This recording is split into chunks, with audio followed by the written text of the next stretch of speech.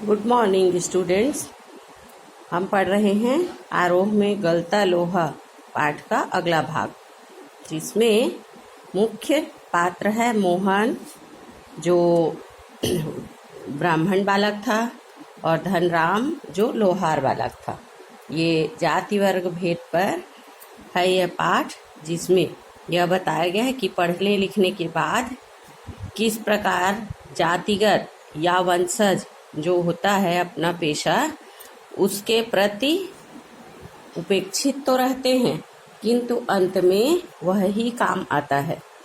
इसमें मोहन जब पढ़ लिख कर बड़ा हो गया था, आया था, तो उसको किसकी आवाज़ सुनाई दे रही थी? हथौड़े की थप थप की, जो धनराम लोहार का वहाँ पर था काम करने का जगह। और किस लिए जा रहा था? वह लंबे बेट वाले हंसुए को लेकर घर से इस उद्देश्य से निकला था कि खेतों के किनारे उग आई कांटेदार झाड़ियों को काट छांट कर साफ कराएगा। तो हंसिए में धार नहीं था और उसको ठीक करवाने के लिए अनायास ही वह उस लोहार के तबके की तरफ बढ़ा। बूढ़े वंशीधर जी के बूते का यह बात नहीं रहा। कौन सा? कि सब कुछ काम अकेले निपटा सके, यह क्षमता अब उनमें नहीं थी। और शरीर इतना बूढ़ा हो चुका था कि व्रत उपवास करने का सहारा नहीं था। तो अब उसको ये लग रहा था कि इसको, मोहन के पिताजी को, कि पढ़ लिख कर जो मेरा बेटा आया है, अब वह मेरा सहारा बन जाए। सहारा पाने की नियत से उन्होंने गहरा निश्वास लेकर कहा था, आज गणनाथ जाकर चंद्रदत्त के लिए रुद्री पाठ करना था। वो बता रहे हैं कि एक यजमान है चंद्रदत्त जी, जिनके यहाँ जाकर रुद्री पाठ करना था। अब मुश्किल लग रहा है, क्योंकि अलग अलग पूजा पाठ में अलग अलग नियम होते हैं, और चूंकि वे पंडित हैं, जिसका जो काम रहता है वो अपने काम के नियमों को जानता है। तो ऐसे ही उनको पता था कि इसे उपवास भी करना पड़ेगा, विधि विधान से पूजा भी करनी रहेगी। तो उनको यह लग रहा है कि नहीं हो पाएगा।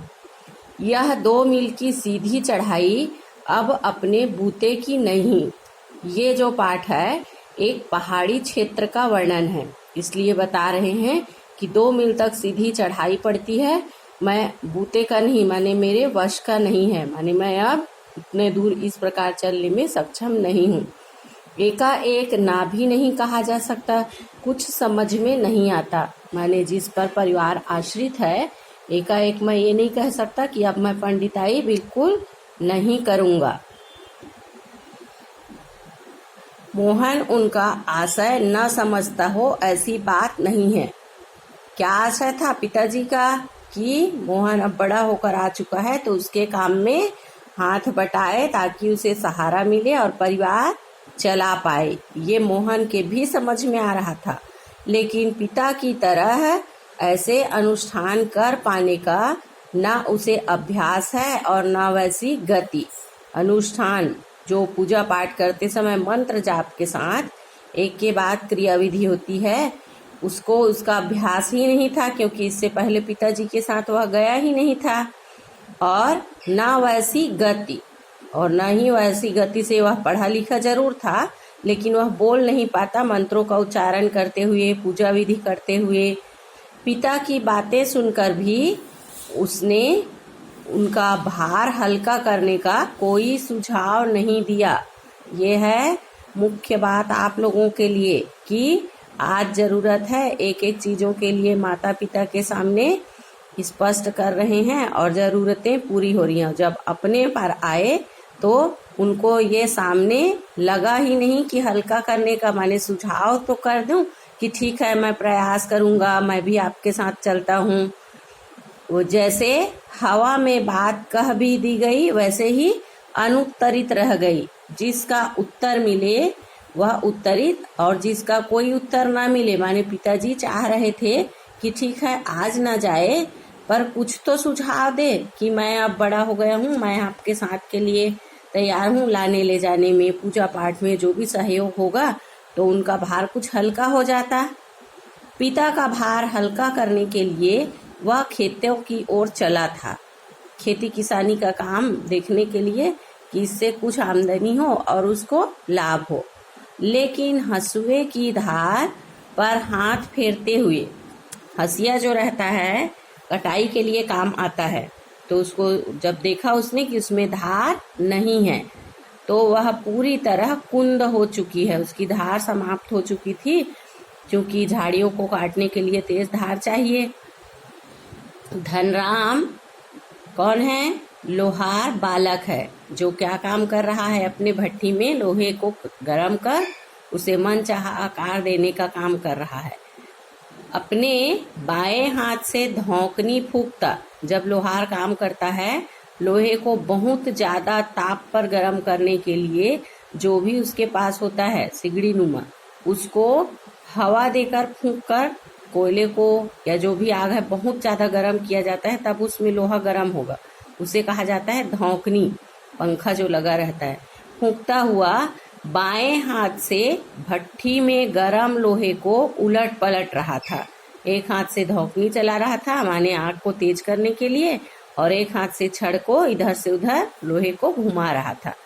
और मोहन भट्ठी से दूर हटकर एक खाली कनिस्तर, कनिस्तर माने टीन, खाली टीन को पलट लिया और उसके ऊपर बैठा।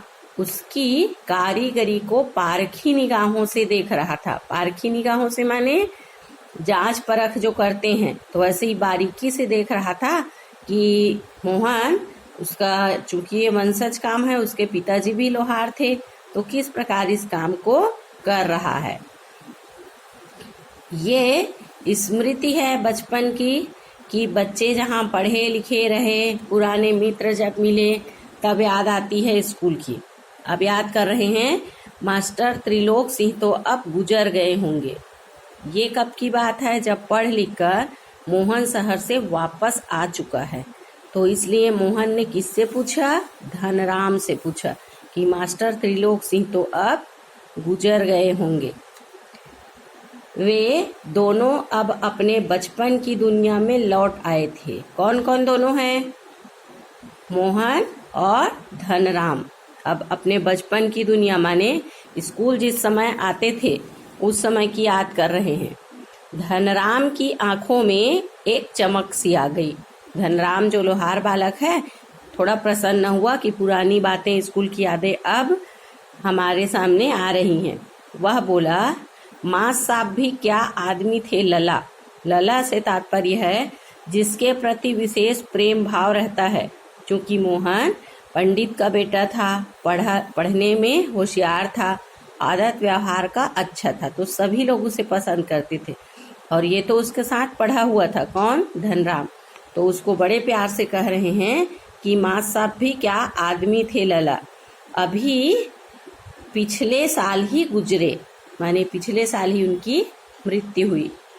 सच कहूँ, आखिरी दम तक उनकी छड़ी का डर लगा ही रहता था। किसको? धनराम को, कि अभी भी मैं कुछ गलती करूं या कोई बात हो तो छड़ी पड़ेगी। ये होती है अपने गुरु के प्रति समर्पण की भावना की। वो उससे पढ़ाए थे और अब बुजुर्ग भी हो चुके थे, मैं बड़ा हो चुका हूँ, अपने काम में लग चुका हूँ, ये ना सोचते हुए अभी तक मुझे ऐसा लगता था कि जैसे गलती होगी और छड़ी पड़ेगी। दोनों हो कर हंस दिए कि अपने स्कूल की पुरानी बातें याद आ रही हैं।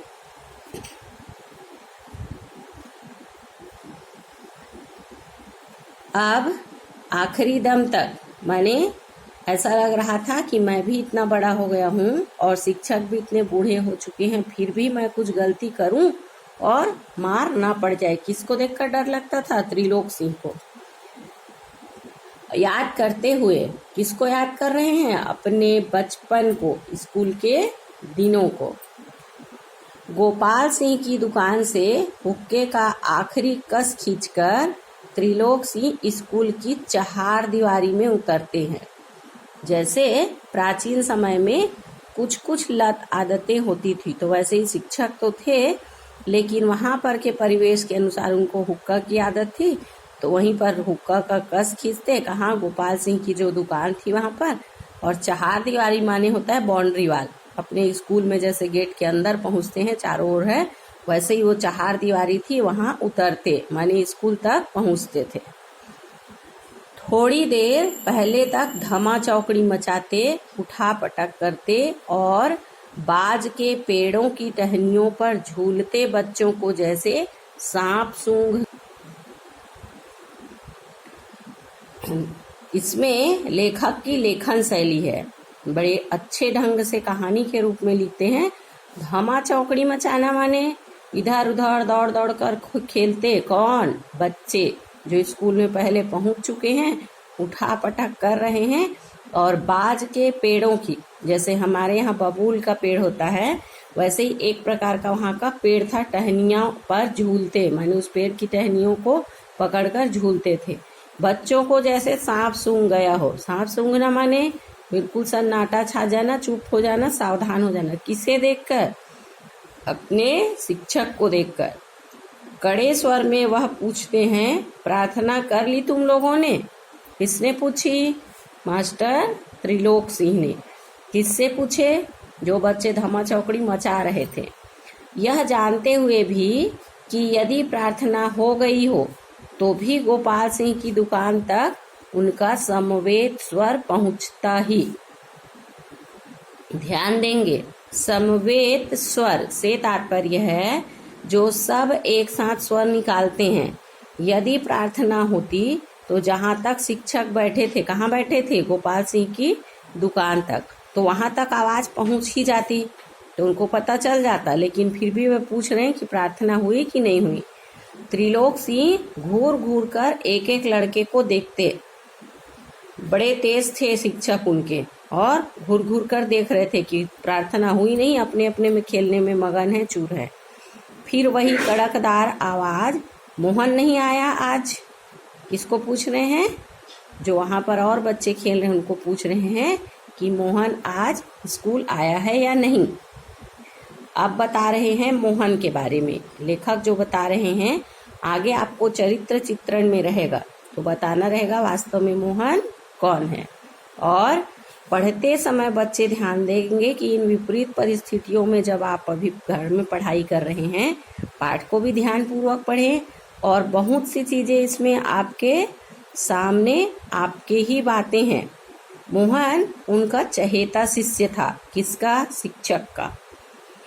पुरोहित खानदान का कुशाग्र बुद्धि का बालक था। पुरोहित खानदान का था माने उनके पिताजी पंडित थे, और कुशाग्र माने तीव्र बुद्धि का था। पढ़ने में ही नहीं, गायन में भी बेजोड़ था। कितने गुण हो गए? एक तो पुरोहित खानदान का था, क्योंकि उस समय वर्ग भेद था, इसलिए ब्राह्मण बालक था तो उसको अच्छा माना जाता था। पढ़ने लिखने में बहुत अच्छा था, कुशाग्र बुद्धि का था। और गायन में भी बेजोड़ था, माने गाने में, संगीत में उसकी रुचि थी, आवाज भी अच्छी थी। मास्टर त्रिलोक सिंह ने उसे पूरे स्कूल का मॉनिटर बना रखा था। अपने क्लास का क्लास कैप्टन होता है, तो वैसे ही ये पूरे स्कूल का मॉनिटर था। वही सुबह सुबह, हे प्रभु अन्नदाता ज्ञान हमको दीजिए, ये प्रार्थना है। तो स्कूल में वही ये प्रार्थना होती थी, और मॉनिटर बना था मोहन, तो उसकी जवाबदारी थी वही शुरू करवाता था। का पहला स्वर उठाकर प्रार्थना शुरू करता था। मोहन को लेकर मास्टर त्रिलोक सिंह को बड़ी उम्मीदें थीं, क्योंकि शिक्षक और शिष्य माने स्टूडेंट्स लंबे समय तक एक दूसरे के पास ही रहते हैं। पढ़ाते समय शिक्षक को भी यह पता चल जाता है कि यह किस प्रकार का है।